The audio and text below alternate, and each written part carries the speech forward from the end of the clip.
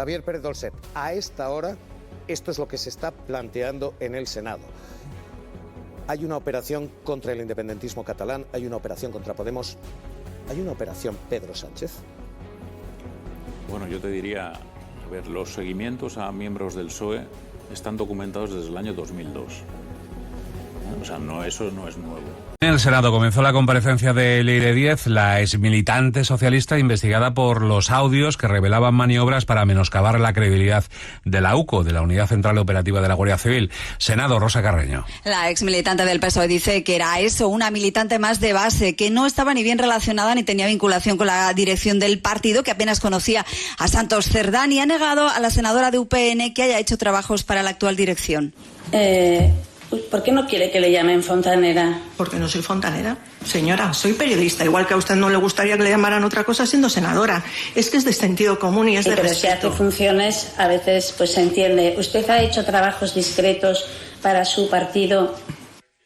Díez reitera que está investigando sobre las llamadas cloacas del Estado y que tiene material para varios libros. La exmilitante socialista investigada por cohecho y tráfico de influencias no ha querido aclarar por qué ofrecía esos tratos de favor a empresarios si le facilitaban información comprometida del jefe de la UCO. Como queda claro en esos audios, dice que de eso no hablará porque está en manos de la justicia. Como Villarejo y las antiguas cúpulas policiales conspiraron para generar causas políticas contra el independentismo, contra Podemos y contra el actual presidente del gobierno, con esos casos de las saunas que salen del informe de Villarejo, un informe absolutamente infame con seguimiento hasta a las hijas de Pedro Sánchez y con muchas mentiras. Carla Cuña, Senado, a esta hora Leire Díez prestando declaración allí. Sigue declarando Leire Díez ante los senadores. Dice que es una militante cualquiera del Partido Socialista y se reivindica como periodista. Dice que todo esto atiende a sus investigaciones para la publicación de un próximo libro que vamos a ver en los próximos meses y que va a desvelar el mal funcionamiento de algunas instituciones del Estado. Se distancia de Santos Cerdán. Dice que nunca jamás ha recibido órdenes de él, que nunca ha mantenido una conversación con el presidente del gobierno y que nunca le ha pedido a Koldo García que no perjudicara al exsecretario de Organización Socialista. Sigue declarando Leire Díez aquí en el Senado pese a esa investigación penal que tiene abierta, pero dice que pinta menos aquí que en una comparecencia de física cuántica. Usted estaba bien posicionada dentro de Ferraz. No he tenido cargo orgánico en mi vida en el PSOE y por lo tanto lo de bien relacionada es algo que no es cierto. Esas fotos y esas relaciones son relaciones que tenía como una militante cualquiera en un acto de partido. Quiero que nos cuente lo que no ha dicho públicamente. Ya, pero es que he dicho... Y que es verdad. Eso que he dicho públicamente es lo que es verdad. Lo que está detallando Leire Díez es el funcionamiento de un Estado profundo, de cloacas del Estado para derribar a rivales políticos, sean quienes sean. Primero, los independentistas, después Podemos, ahora Pedro Sánchez. Hay pruebas suficientes, ha dicho, de que hay cloacas del Estado. Y hay pruebas suficientes de sus vinculaciones políticas, ha dicho. 2 millones de documentos y 10.000 audios. Pues no sé.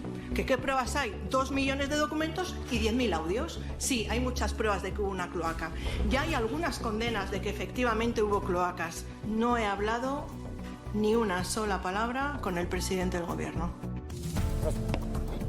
Javier Pérez Dolcet es quien en aquella comparecencia estaba junto a Leire Díez. Javier Pérez Dolcet, ¿qué tal? Bienvenido, muy buenos días. Buenos días. Se está detallando en el Congreso cloacas y operaciones políticas. ¿Cuáles? Bueno, no sé lo que está diciendo, pero vamos, yo te puedo decir lo que hay. O sea, 167 operaciones. Todo este follón que se ha montado ha servido para que haya mucha gente que haya dado un paso adelante y nos haya facilitado información. Y ahora lo que tenemos son las comunicaciones internas del Ministerio del Interior aprobando los encargos a Villarejo para todas las causas grandes, directamente con la aprobación del ministro y del presidente del gobierno. O sea, eso está por escrito. De Fernández Díaz y de Mariano Rajoy. Fernández Díaz y Mariano Rajoy. ¿Qué causa? 167 es una forma de hablar, 167 es una cifra. 167 es una cifra. Es una cifra, o sea, que hemos ido dentro de esos 2 millones de documentos y 20.000 audios, o sea, los que sean, o sea, eso sí que es una cifra aproximada, hemos ido clasificando cuándo se hacía una operación contra alguien. Obviamente, dentro de esas 167 hay grandes y pequeñas, o sea, no son todas del mismo calado, pero vamos, a los objetivos que les pusieron la diana en la espalda, a esos los han crujido igualmente. O sea, da igual que fueran, eso sí que da igual que fueran un gran político o un pequeño empresario. Todos ellos muertos. ¿Quiénes fueron los grandes objetivos? Bueno, pues los grandes objetivos, o sea, si los clasificamos, pues tú tienes, por ejemplo, la Operación Cataluña completa. Y hay que entender lo que es Operación Cataluña. En esa documentación lo que aparecen es que los objetivos originales son 3 personas. Y aparece perfectamente documentado. Artur Mas, la familia Pujol y Xavier Trias. Y según esa información va bajando en la cloaca, terminan, o sea, cada uno que pasa por allí pone los nombres que le vienen bien a ellos. Y esa cifra, eso termina en 100 y pico personas. Y te hablo, por ejemplo, Sandro Rosell, encarcelado 2 años por ser el presidente del Barça. Hoy hemos tenido acceso a algunos de esos audios, los que hoy adelanta el diario El País. Vean cómo trabaja ese movimiento y esa cloaca del Estado. Literalmente es, en fin, lo que van a escuchar. Metafóricamente, esto es como perseguir a quien uno cree que es narcotraficante colocándole cocaína en el maletero. Esto es lo que se hizo con los Pujol. Se sospecha que hay delincuencia y se colocan pruebas. Esto es lo que admite Francisco Martínez, entonces secretario de Estado de Interior, el número 2 del gobierno, el número 2 de Rajoy. Y dice, por supuesto, se fuerza la máquina y se fuerza el derecho. Escuchen. Actuaciones en el ámbito policial, las hubo, encaminadas a generar causas o a aflorar casos de corrupción con una cierta búsqueda prospectiva de información, sí. Ahora tampoco tengo yo claro que esas personas que aparecían en esas causas no tuviesen esos delitos. Es decir, que se forzó la máquina para conseguir información de los Pujol, por supuesto. Ahora, que la información de los Pujol en una buena parte era verdad, también. En una parte. El problema de esto es que esto es cierto. El problema de esto es que esa cloaca fabrica incluso cuando no es cierto. Porque en Podemos no solamente no había evidencias, se fabrican las pruebas falsas y se crean cuentas bancarias como la de Granadinas, falsa. Y se distribuye ante un aparato mediático que sirve de amplificador, así. Por ejemplo, lo de Granadinas, eso es un asunto que sabíamos perfectamente que eso era mentira, que eso era una falsificación y tal, y sin embargo pues apareció publicado en OK Diario, porque tampoco necesitaba ni Pino, ni Villarejo, ni el que fuese pasar por el ministerio para darle una cosa a un periodista. Efectivamente, dices, vale, lo de Granadinas, dices, Villarejo lo que dice en los audios es que lo de Granadinas se lo inventa Pino. Le echa la culpa a Pino. Sí, bueno, puede ser, pero no que se lo invente. Va a empezar a comprobarlo. Efectivamente, sobre todo cuando canta como canta. ¿Sabes? Pues él coge y, bueno, en este caso concreto lo de Granadinas, intenta que a través del ministerio se lo compremos. Y como no se lo compramos, primero porque además no interesaba, pues un día eso aparece en OK Diario. ¿Y esto cómo ha pasado? Y Pino, con todo su desparpajo, te decía, no tengo ni idea, yo nunca hablo con periodistas. Y tú estabas en el ministerio y te lo encontrabas ya publicado. Javier Pérez Dolcet, a esta hora, esto es lo que se está planteando en el Senado. Hay una operación contra el independentismo catalán, hay una operación contra Podemos, hay una operación Pedro Sánchez. Bueno, yo te diría, a ver, los seguimientos a miembros del PSOE están documentados desde el año 2002. O sea, eso no es nuevo. O sea, que eso... Cuando empezamos y dices, oye, Operación Cataluña, ¿no? O sea, Operación Cataluña es una de las grandes. Pero la primera operación política importante que se hace es contra el alcalde de Estepona en 2008, Antonio Barrientos. Ese es, digamos, el primer ensayo grande.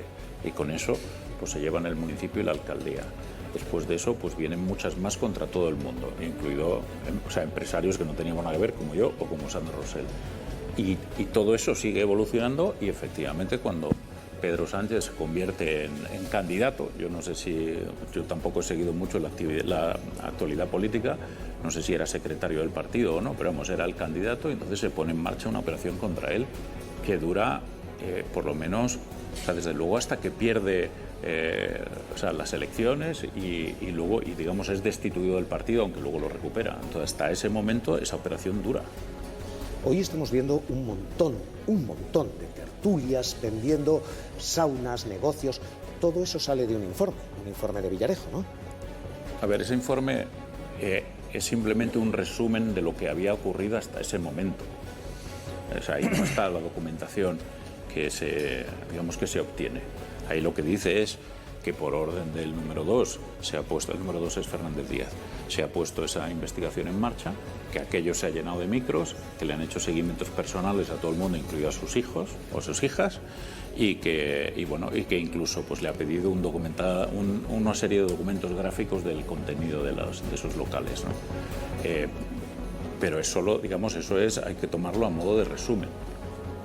No, la documentación que haya debajo, esa es otra cosa. Porque de lo que hemos visto hay, en fin, infinitas mentiras. Se habla de Pedro Sánchez, homosexual para medrar, dicen, en fin, son tales las groserías que se mezclan ahí que planteo lo que estamos viendo hoy.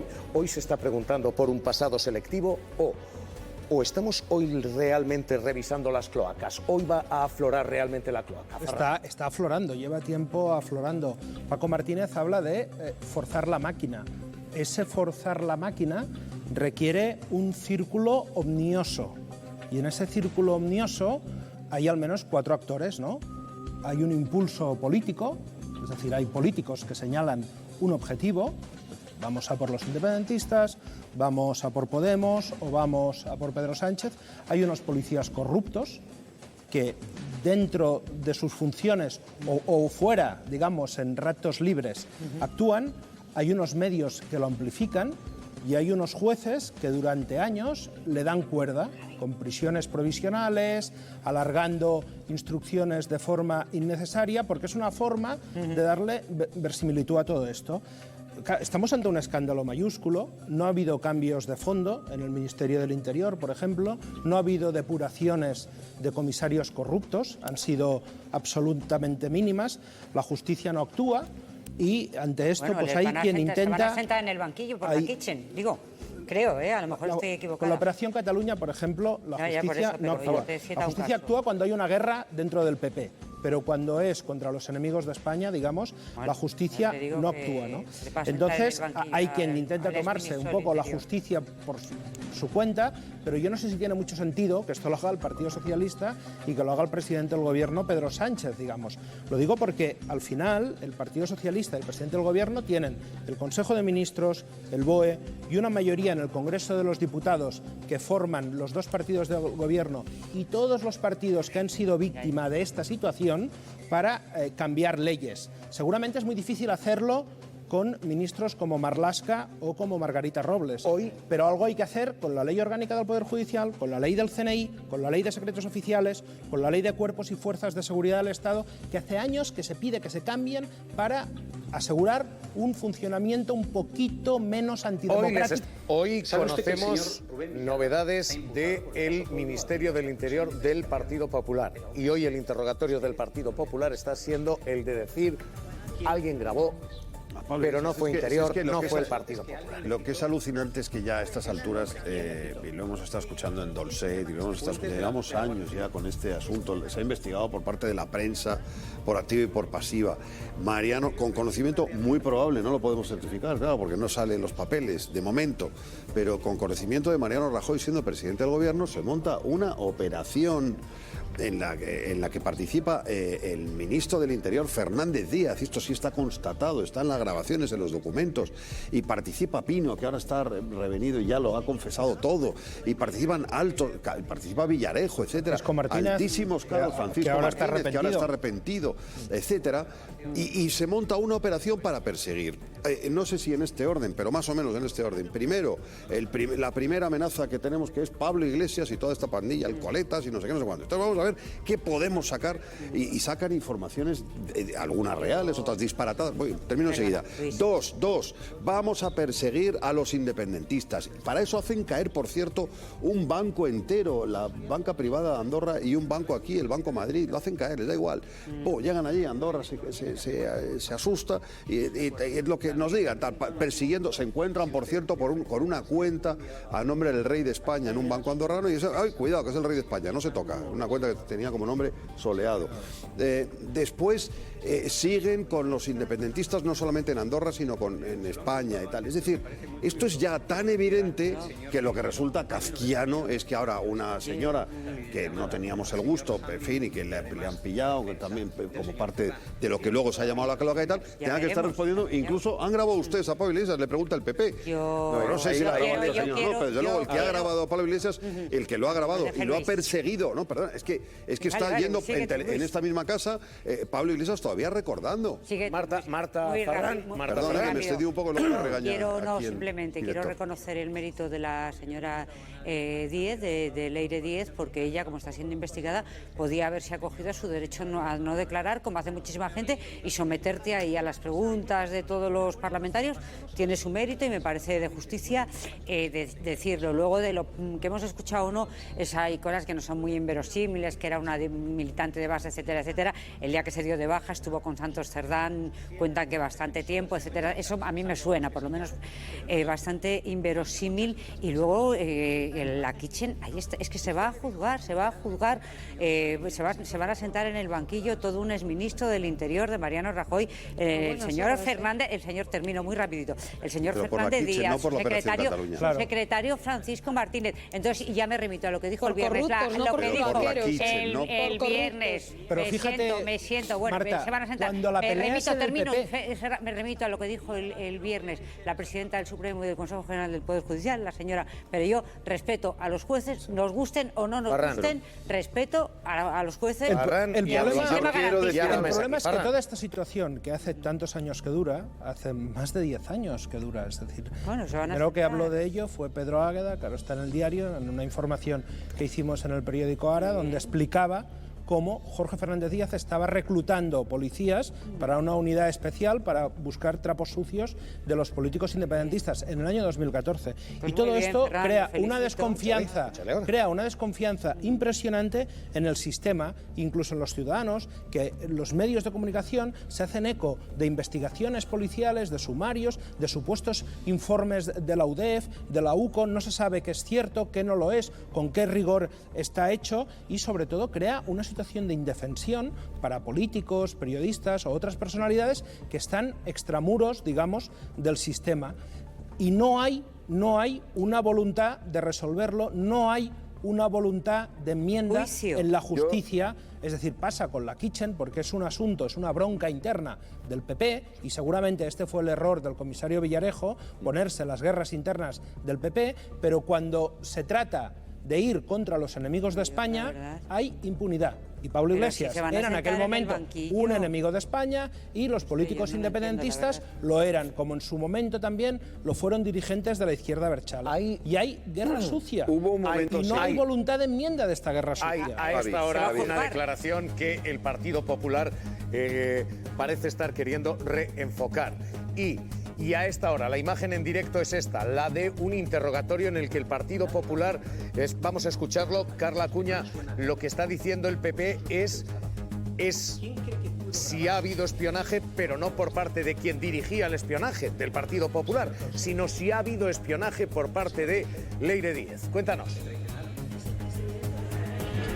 Así es, está siendo muy incisiva el interrogatorio de Joaquín Miranda, el senador del Partido Popular. Ha habido momentos de alta tensión en los que Leire Díaz ha dicho que no ha extorsionado en su vida a nadie. Joaquín Miranda le ha hecho prometer que no tiene ningún tipo de información en sus investigaciones de ningún senador de esa comisión. Leire Díaz lo ha negado, se está negando a hablar de todos aquellos asuntos que están judicializados y también de todos aquellos asuntos que dice que están explican en su libro que tendrán que comprar cuando lo publique en los próximos meses. Dice que no solo va a ser un único libro, sino que pueden ser hasta 2 y hasta 3. Ha reivindicado su derecho como periodista, su derecho constitucional a investigar, y se ha distanciado al completo de Santos Cerdán. Fíjese, lo dice la Guardia Civil, que se sentían atacados en un ataque sin precedentes.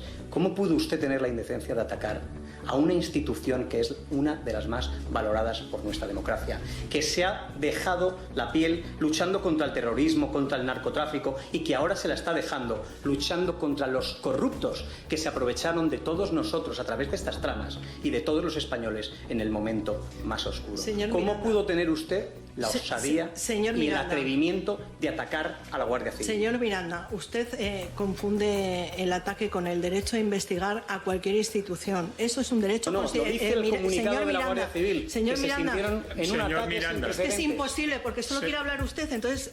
Señor Miranda, deje que conteste la señora Díez. Conteste a la Guardia Civil, que en el comunicado dice ataque sin precedentes. Señor Miranda, que deje que conteste la señora Díez. Señor Miranda, usted puede decir lo que quiera, pero no hay ni una sola institución en este país que no pueda ser investigada por parte de los periodistas o de cualquier ciudadano particular. Es que esto es un derecho constitucional de las personas, ya no de los periodistas, que por supuesto, pero de las personas, y eso no es ningún ataque. Y le voy a hacer una pregunta, señor Miranda. ¿Cuál es el por supuesto, una cosa, por favor. Un afán más de hablar que de preguntar. Ya estamos viendo, hay gestos de incomodidad. O sea, pero yo creo que forma parte de la estrategia del barro en la que ya se ha generalizado y se ha metido también, por desgracia, el Partido Popular. Yo quiero decir algo sobre lo que estabais comentando antes.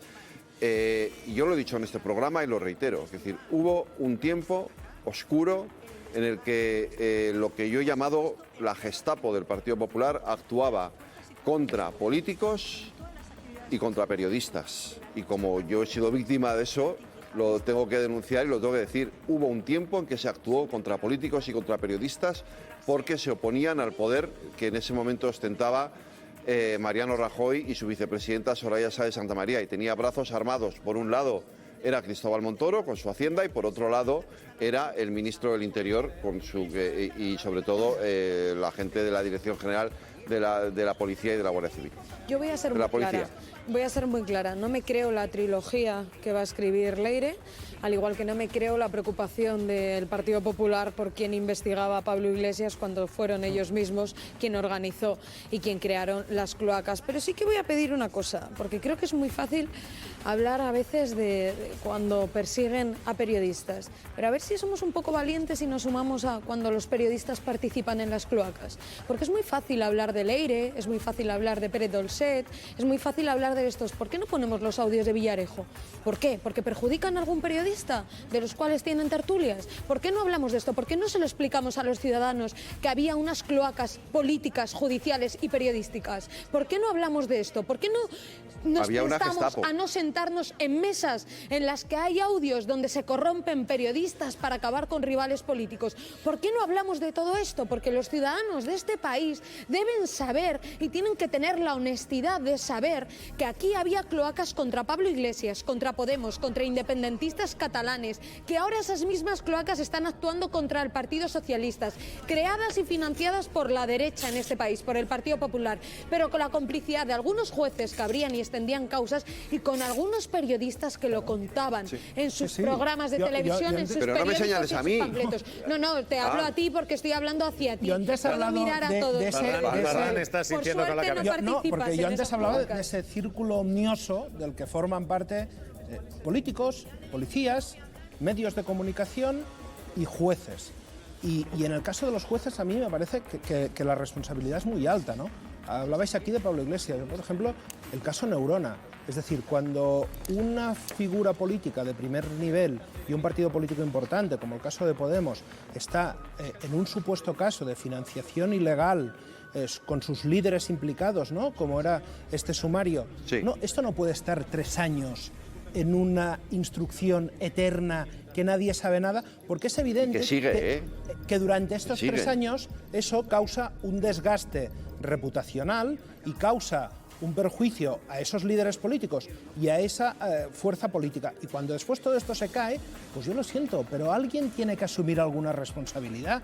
Es decir, los jueces en este país no pueden tener impunidad para alargar de forma absolutamente espúrea determinados sumarios, determinadas causas, solo con un objetivo político y porque saben que en la cúpula judicial, que está controlada por la derecha y la extrema derecha, nadie les va a decir nada y nadie les va a tocar la cresta. Pero al fiscal general del Estado se le juzga antes de final de año, o sea que aquí va a haber no, con eso sí que irán rápido. Sí, siempre van a por los mismos, gracias, Marta. Hay que haber diligencia, vamos. Por fin estamos entendiendo...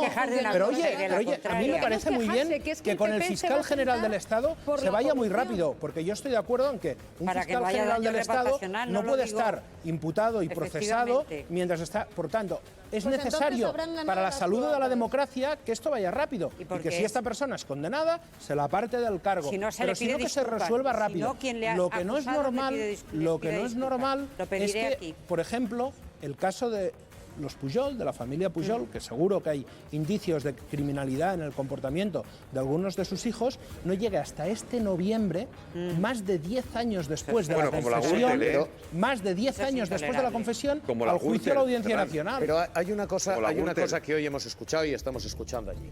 167 operaciones de Villarejo. 167. Dice Pérez Dolcet, esto no es un número al azar, es exactamente el número de servicios de la cloaca a ese estado profundo. Y puede haber indicios de delito, pero este no es el procedimiento. No, claro. Cuando tú te saltas la ley, no estás, por mucho que estés persiguiendo a delincuentes, sirviendo al Estado de Derecho. Estás minando el Estado de Derecho.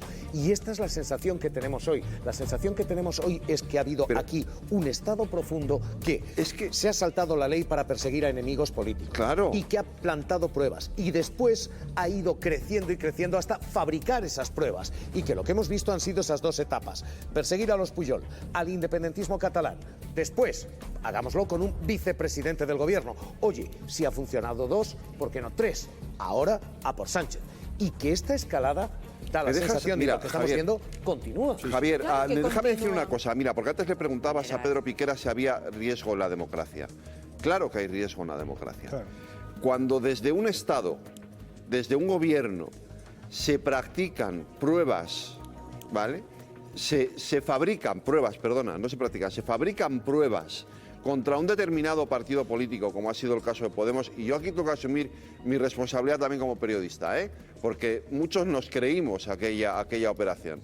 Cuando se fabrican pruebas... Ay, si me hubieses llamado, Federico. Claro, pero se fabrican pruebas contra un determinado partido político, eso es poner en riesgo una democracia. Claro. Eso es poner en riesgo una democracia. Pero es que, Federico, para que la democracia funcione... hay que saber quién filtra el informe. Es decir, por ejemplo, de Pablo Iglesias se hizo un informe falso y muchos periodistas corrieron a hacer propaganda de él, a contarlo, porque había una enorme gana y esfuerzo de que cayese Podemos. Sí. Y se explica porque Podemos podría haber ganado las elecciones, ser primera fuerza política. Hubo encuestas que le daban un informe primera falso, fuerza, se cuenta el caso Granadinas y de repente ya no es primera fuerza política. Aquí había muchos beneficios y muchos beneficiarios. Sí. ¿Qué pasa? Que es que el problema de esto es que ahí hay que ir a quien crea el informe. Yo hay cosas que no leo. Yo si el panfleto de OK Diario crea o muestra un informe, yo no me lo creo, sea de quien sea. Y esto hay que saberlo. Pero porque es que cuando no fuera tú sabes solo el esto, panfleto. No, ese fue el problema, que se extendió a las teles, a las mismas teles que han blanqueado a figuras como Desocupa y luego nos llevamos la mano a la cabeza, que han sentado a corruptos, que han sentado a delincuentes y que han participado en estas tramas. El problema de esto es que si lo han hecho con un vicepresidente del gobierno, si lo están haciendo con un presidente del gobierno, si lo han hecho con empresarios, ¿qué van a hacer con el panadero de nuestro barrio? ¿Qué van a hacer?